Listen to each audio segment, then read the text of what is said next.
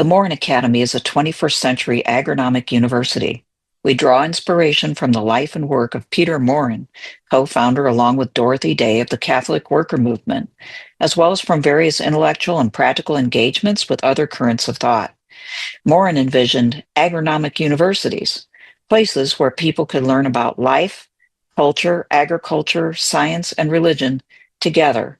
And he envisioned houses of hospitality, places that, quote, bring the scholars to the workers or the workers to the scholars. These tenets are at the core of the Maurin Academy's mission. The following is a clip from a class taught recently by Caleb Owens on Antimodern Progress and Jacques Maritain. If you want to see the full class and either purchase the class or just join the Maurin Academy Patreon and get everything we do in recording or live and recorded, I will put that information in the notes below. Enjoy.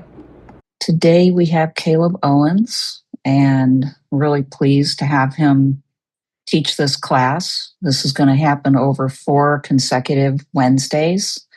It's on anti-modern progress and especially the thought of Jacques Maritain. Caleb is somebody that I've known for quite a while. He's been part of our communio reading group, and I knew him even before we had a communio reading group because he's been a friend of Spencer and now Spencer and Emily's for quite a while. And Caleb's contributions in the communio reading group have really been invaluable. Caleb was a teacher in Kansas City, working at a college preparatory school, but he is now studying with Boston College, studying theology and religious studies, and getting a master's degree there. So I think Caleb's in a good position to teach us something, and I am looking forward to. Yeah, you looked at. I'm sure you are. And I'm looking forward to listening to you, Caleb. So I'll go ahead and turn it over to you. And thank you again for doing this. Yeah, thank you, Lori. So I'm probably a new face to most of you guys here. So I look forward to getting to know those of you who are here, those of you who are watching from elsewhere, if you're catching the recording. Why am I interested in this topic of anti-modern progress? Well, this whole class is kind of emerging out of a paper I wrote for one of my seminars last semester, where I was engaging with the work of Maritain. The seminar was Theologies of Modernity. And I'd read a lot of Maritain's kind of middle work that he's most famous for, where he's seen as kind of laying the groundwork for a kind of Catholic integration with modernity, especially morally and politically speaking. And this is the stuff he's famous for, texts like Man and State and Integral Humanism. And then actually Spencer got this earlier work on my radar called Antimodern, where you get a very different version of him. And we're going to engage with that in much more detail down the road. But long story short, I was trying to wrestle with how do we reconcile this anti-modernism that he develops in this very kind of polemical, reactionary way in his early career with his claims about historical progress that he makes in some of his later works. So, for example, Christianity and Democracy, and he's got a whole extended essay that we're going to read in this class, or at least parts of it, on the philosophy of history. So, is this an incompatibility in this thought? Is this a continuity, this anti-modernism? And how do we reconcile those kind of divergent claims? And I think my deeper interest in this topic of the possibility or not of progress is just out of a sense of, I think the modern mind has this deeply internalized need for some sense that the world can get better and that we can build something, right? And that's worth doing. But how do we do that in a way that's not just uncritically reproducing everything that's flawed about the modern world, right? So how can we adjust our perspective in a way that allows us to make claims of progress and work in a real way towards progress without just making progress synonymous with the entirety of the modern project. So that's my little spiel. What I hope to get out of this is more insight, more ideas, especially more ideas of what, in your guys' view, anti-modern progress could look like concretely. And so, yeah, I think that's my little stump speech. But today is going to be a little bit more just from me, kind of trying to piece together where progress comes from. Really, I think that's our task for today. Is in very brief and broad strokes, what is progress, and how does this develop in the Western imagination? Right. You guys will have to forgive me. I am battling a case of strep throat right now. So a little under the weather, but I think it'll be fun. And so I've started here with it's a spectrum I threw together. And I want to kind of throw a question back to you guys, which is how you would characterize the past 500 years or so of history, and why.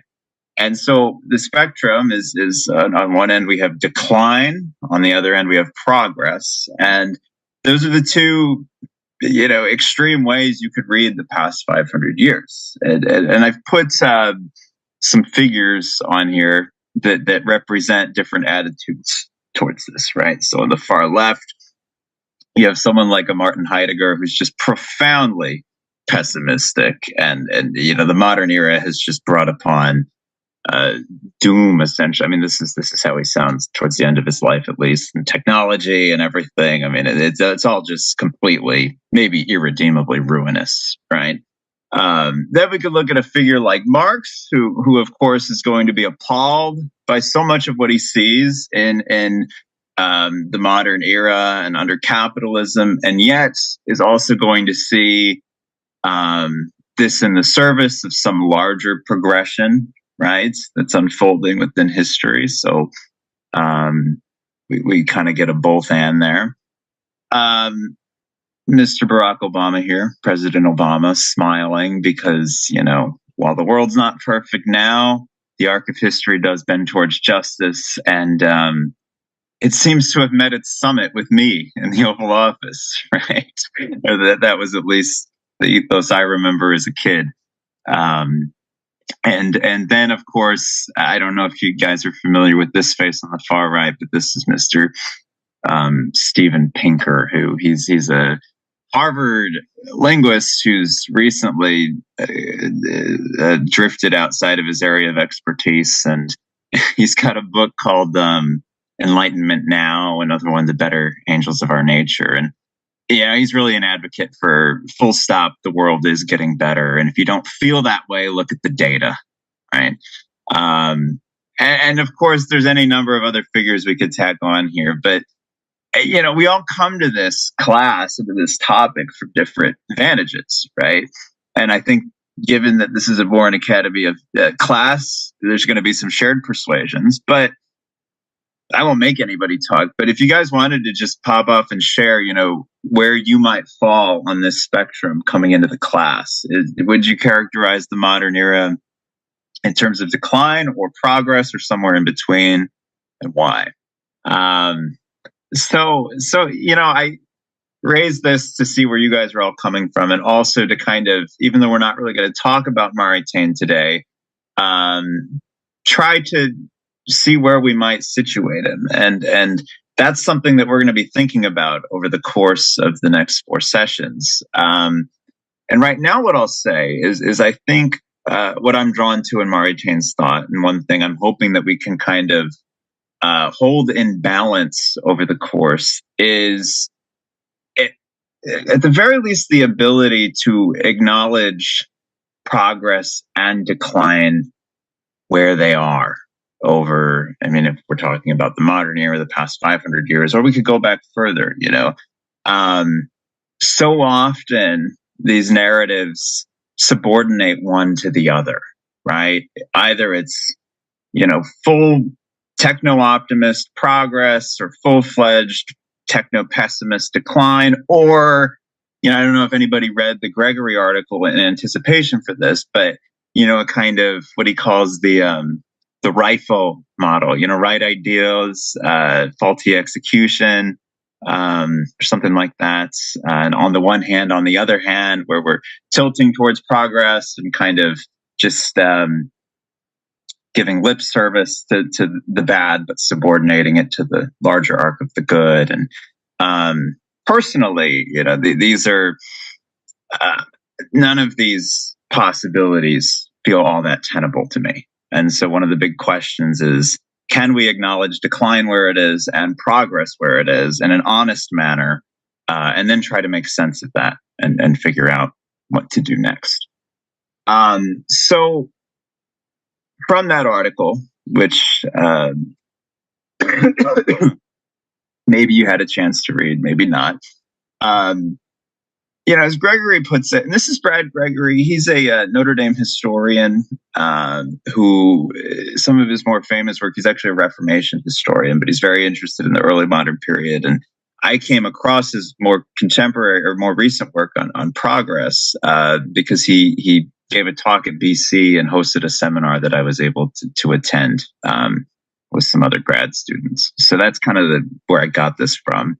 And I think the article does a nice job of just breaking down what do we mean by progress, and how does the Anthropocene in particular, this kind of late modern moment, challenge the very idea of progress. And so, as he tells it, most modern narratives of progress are characterized by this kind of modern versus medieval binary. So the medieval past was backwards and dominated by clerics, and everybody was illiterate and sick and miserable and cold.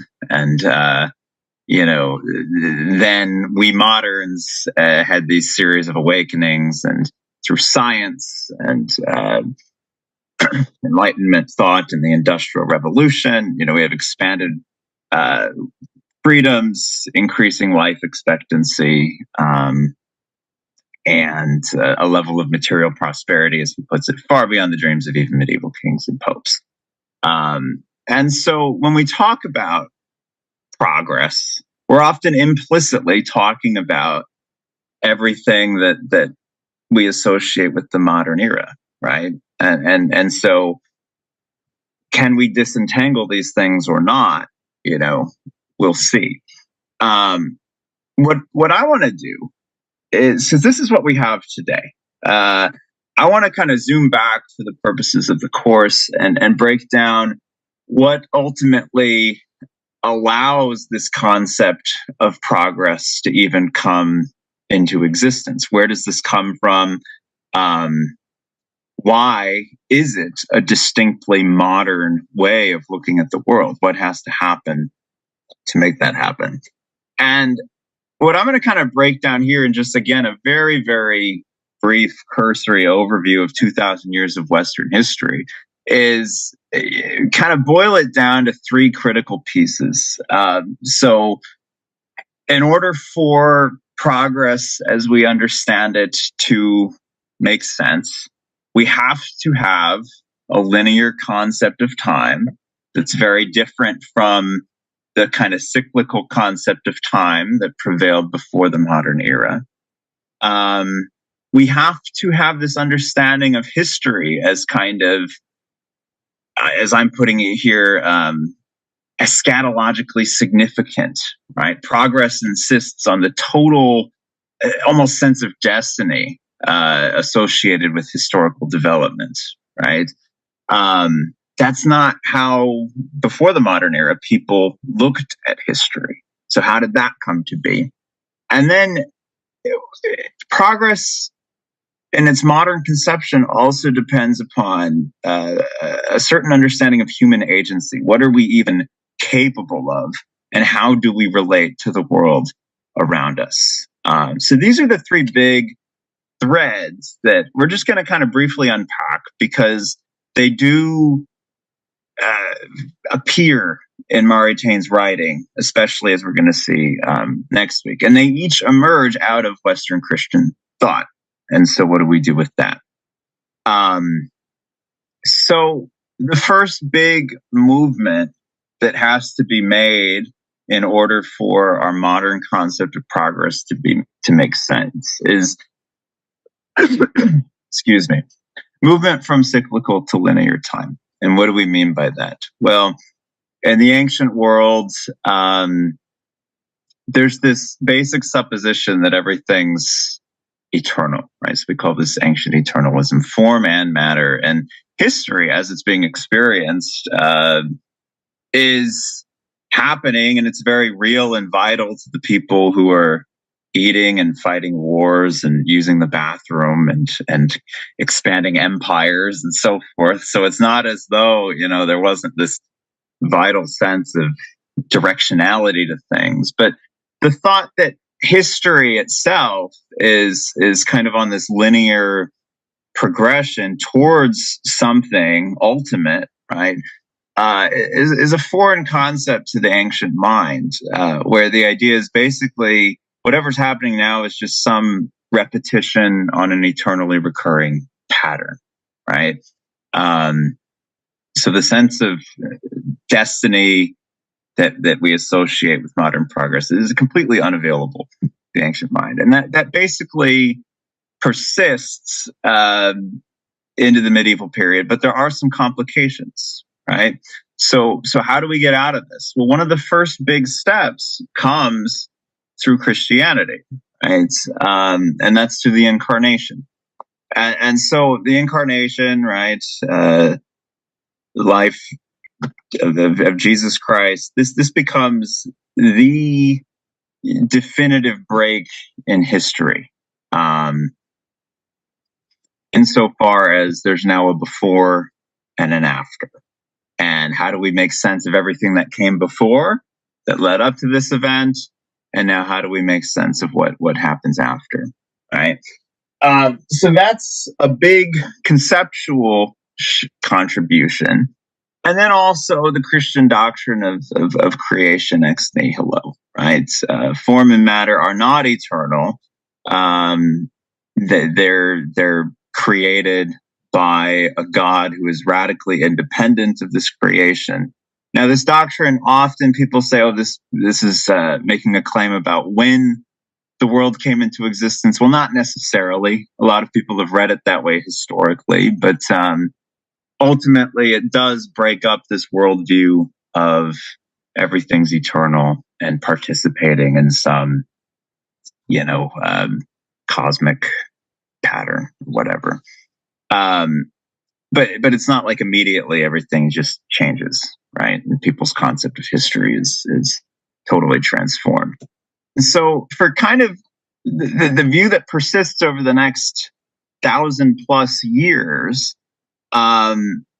we can kind of look to how St. Augustine of Hippo interprets these developments. So I've pulled this from an article. I can't quite see the whole thing here. But essentially, for roughly 1,200 years, the way that Christians in the West are reading history is to just read off the quote here. There are two historical dimensions that scriptures allows us to distinguish: the mundane secular one on the one hand, and the transcendent spiritual one on the other. The church is the body of Christ, including in her temporal pilgrimage, is aligned by Augustine with the latter. While there may be some transcendent historical patterns that can be discerned vis-a-vis the city of God, the imminent historical trajectory of this world is de facto unintelligible and chaotic, right? So we can draw a line through history at the incarnation with Christ, but everything that comes after doesn't seem to matter that much, right? Because the summit of history is the incarnation. And so now we're just kind of waiting it out. And, if you read The City of God, right, there's city of God, founded on peace and love and so forth, and the city of man, founded on violence. And these are kind of interweaving cities that will only be thoroughly disentangled at the end of time, right? So the idea that of like world historical significance to history itself, still not a thing. But we do now have a disruption in the sense of the direction of history. There's a before and an after.